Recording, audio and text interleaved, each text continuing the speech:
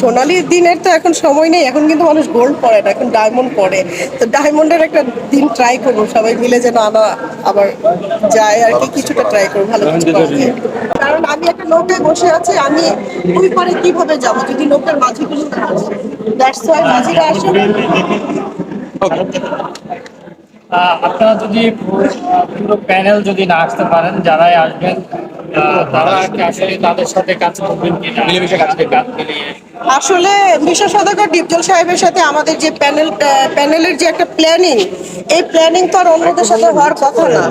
কাজ তো করবো, এফডিসি ছিলাম, এখানে আমার ভালোবাসার মানুষরা আছে, হয়তো প্যানেল অনুযায়ী না, নিজের পার্সোনাল ভাবে যেভাবে করা যায় ওভাবে করব, কিন্তু নৌকার মাঝেই যদি না আসে, যেটা বললাম, আমরা কোন পারে যাব সেটাই তো আমাদের ডেস্টিনেশনই তো ঠিক নেই। দ্যাটস ওয়াই একটু কঠিন হয়ে যাবে। কিন্তু আপু, আপনার কথা মনে আসলেই আমার আসলে মনে পড়ে সেই একটা পোস্টার, আমি রত্না, অনেক অনেক দাঁড়াও কথা আছে, দাঁড়াও কথা আছে। সেই দাঁড়াও কথা কি এখন আপনার আছে? এইবার আপনি কি কথা বলেন? এই যে প্রতিটা প্রার্থীকে বলেছে দাঁড়াও কথা আছে, তো প্রার্থীরা শুনেছে। আমি আশা করি আমাদের যদি ফুল প্যানেলের মূল পার্সন গুলো চলে আসেন, ইনশাল্লাহ আমরা মিলে আবার দাঁড়াও কথা আছে নতুন মানুষ দাঁড় করাতে পারবো। বাংলা সংস্কৃতিকে আবার চেষ্টা করব যে কিছুটা উজ্জ্বল করার। কিন্তু সেই সোনালী দিনকে আসলে ফেরানো সম্ভব না। সোনালী দিনের তো এখন সময় নেই, এখন কিন্তু মানুষ গোল্ড পরে না, এখন ডায়মন্ড পরে।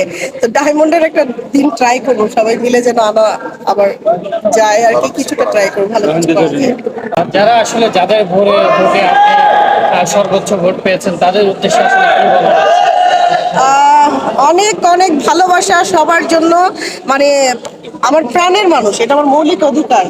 আমার বাবা, আমার মা, আমার ভাই, বন্ধু, আমি বলবো যে আমার প্রতিটি ভালোবাসার মানুষ এখানে। এই মানুষগুলো যখন ঢুকে আমি ভাবছিলাম কি তারা ভুল হয়ে যাবে না, তো দেখা যাবে যে 11 জন ভালোবাসার মানুষকে পছন্দ করে আমার রত্নাকে আমি দেখলাম আল্লাহ মিসিং হয়ে গেল, এরকম যদি না হয় 100% তাদের ভোটটা আমি পাবো। তো এই মানুষগুলোর কাছে আমার বেশি প্রত্যাশা, তারা আমার কাছে কি প্রত্যাশা করবে।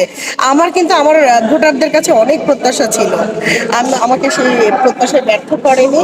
আমি আসলে আলহামদুলিল্লাহ উপরওয়ালার কাছে আর অনেক ধন্যবাদ জানাচ্ছি আমার এই যে আশেপাশের মানুষ। কথা লোকে যত জায়গায় যখনই দাঁড়াইছে, ফিল্ম ক্লাব থেকে শুরু করেন, ইনশাল্লাহ তাকে মানুষ সব জায়গায় সে ভালো অবস্থানে আছে।